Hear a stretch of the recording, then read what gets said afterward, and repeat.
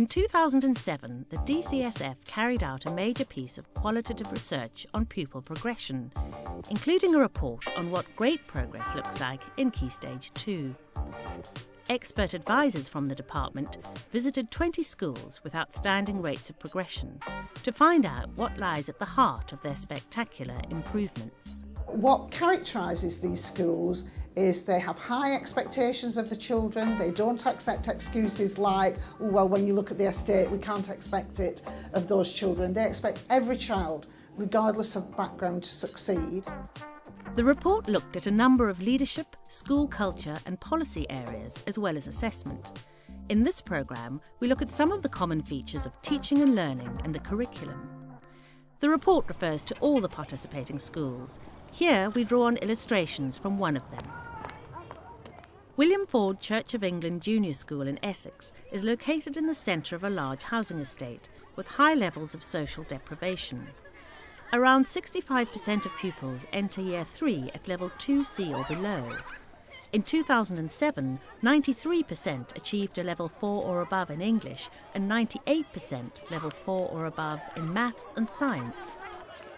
There's not one factor that's responsible for the children's rate of progression. Lots of different things come together and as a whole produce outstanding results. I think the quality of teaching is very important. We have a lot of very highly qualified, very experienced and expensive staff. Our TLR structure at the school is very top-heavy. We maintain high levels of teaching. By keeping our teachers, our turnover is very low, and that enables us to produce consistency and year-on-year steady progress. As you know, yesterday we started looking at estimating, and today Alan Robinson teaches a Year 4 maths lesson. do at the beginning of today's lesson is use estimating. His lesson reflects some of the common curriculum and teaching and learning features that were shared by all the schools surveyed that were making great progress. The word estimate we talked about yesterday. Can anybody remember anything about the word estimate? We use information that we already know to make approximately what it could be. That's a very good answer, thank you very much. Well, obviously the lesson was part of a unit of work that we've been doing, and so it would always be informed by the lesson before. So the first thing is that the starter is normally related to the lesson that came before. Show me your answers. Well done, well done. Having a look around. Should we try another? This one's a little bit harder, don't worry. If you can't keep the pace up a little bit so we can keep the children working quickly. Florence, which one do you think is the correct answer? 352, because 3 times 1 is 3. I always try to make sure that the lesson is well signposted, and that's something that in this school that we try very hard to do. And you've done really well in that starter to show me that you remember what we were doing. Now today we're going to continue to be learning to use estimating strategies, but I'm going to add something to it. Because the teachers are always speaking really clearly so you can hear every word, so you just understand what you're doing. Now I'm going to suggest to you that we could use our brains to work out how we could estimate this. Can anybody think of a strategy that we could use to estimate what's in here? Sam? Well, we could probably think about how big they could be. We're trying to get the children to explain to each other using their reasoning, and that way they can actually be an active part of the learning process far more than they would be if it was always the teachers explaining to the children. So we could measure the sweets and measure the jar and do that. That would be a very good strategy. I'm not going to do that though, I think it would be a bit complicated, but I think it would be a great strategy. I would expect the children to know that I'm very happy with them making mistakes. I'd rather them know that they can take a risk, they can have a challenge and have a go. I need to know now if I'm going to estimate how many are in there. What information would I need to know, Femi? You will know that from one of the sides all the way back from the beginning it's all the same. Mr. Robinson doesn't tell us the answer, but he gives us clues and stuff how to do it. Why do you think I've written 30 multiplied by 2? I think you put 30 multiplied by 2 because Miss Short wanted... We don't want the children to say one-word answers. Make sure the children speak incomplete sentences. Just put 30 down, there'll only be 1 for each of it, so you had to double it to have twice as many. Well done, that was a correct answer. So we've actually worked out that yes, there will be enough. In fact, there's probably going to be more than enough. I'm sure there'll be some for me as well. I think maths can be very exciting, can be very fun. You've got to search for clues, and you've got some different problems, and they're in your brown envelope.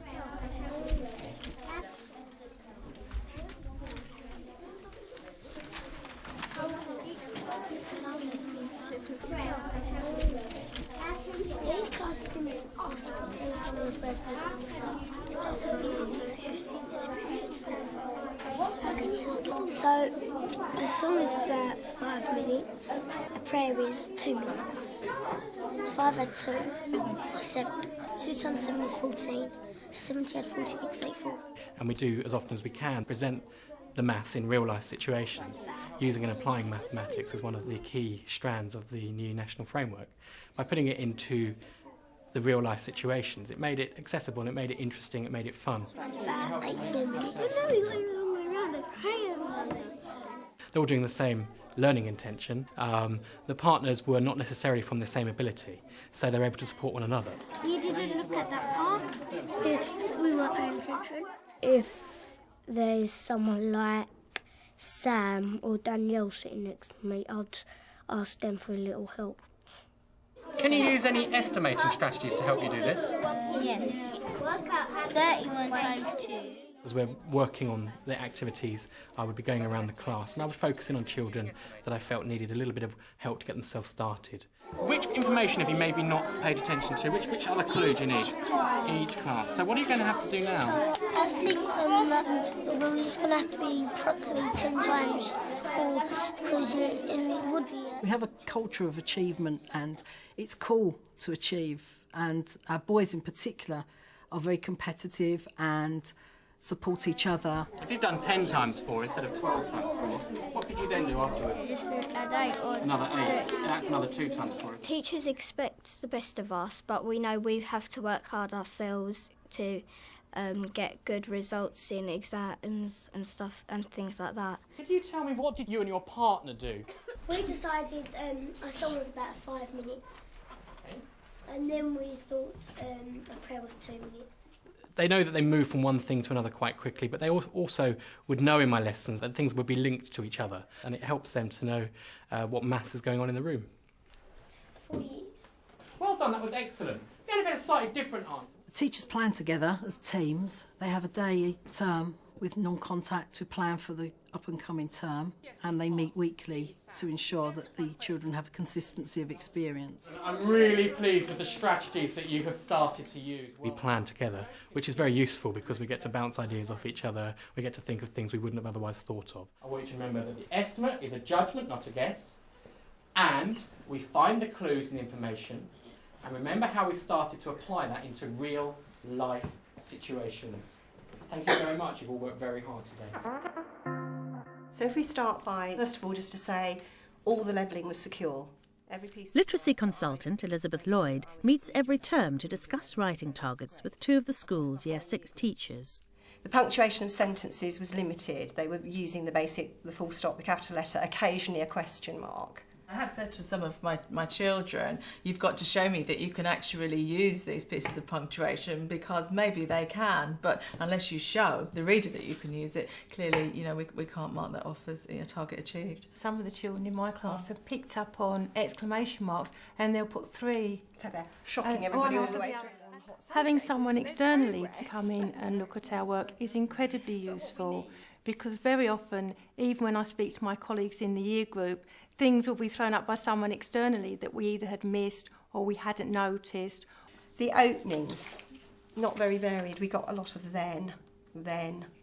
So we need to introduce different ways of opening sentences for this one. I think maybe that could be a target, sentence openings. We need to work on the openings with this child, don't we, for and the it's first not target. moving. Well, I'd say that was a year group. I would say across the year group, especially the poorer readers, to get that first sentence down. Once they have it, they'll carry on in that vein. So maybe putting some of their openings up on the screen and saying, how can we make this better? My mum had told us don't open that door. I won't, but we did. We went through the big old door into a room. I was scared. It's not very descriptive, is it? We do have to work harder on the writing than the reading levels, especially when they're moving from level 4 to level 5. What would you give that? If you were the teacher and someone said, this is my opening paragraph, what do you think? I'll give it a level 2 because it's got good punctuation, but not very good descriptive words, because it says we found a door, but why can't they explain the door? Why can't they describe the door? We feel very strongly that it's not just a Year 6 teacher's responsibility to get those children to a level 4 or above. So from the very beginning, All of our teachers are working towards improving the children's skills, particularly in writing. So tiptoeing, how might you be tiptoeing? Where might you be tiptoeing? And build up the atmosphere. You can't, with writing, suddenly cram for a test and deliver the goods. Writing has to come over a far longer period. So as part of that support, every teacher has writing as a target for their performance management. Why do you think you might be tiptoeing quietly? Because you don't want to be seen. Or? Heard. Because you don't know, we don't know what's out there in that forest, do we? If you write a story, normally your teacher writes a comment, and you read that comment, and if it's something that you haven't done, the next bit of writing you do, you think, oh yeah, I've got to do that, so I'll use that in my next piece of writing.